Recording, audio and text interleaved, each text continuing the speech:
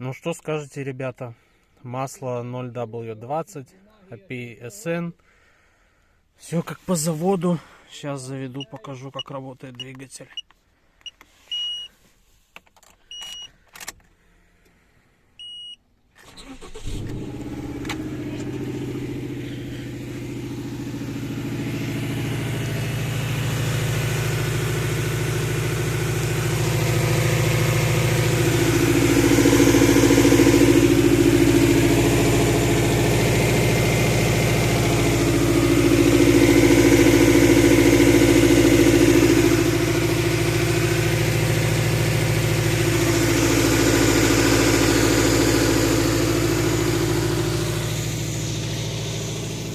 Ощущение, как будто гремит поршень, но мне кажется больше, что это натяжители.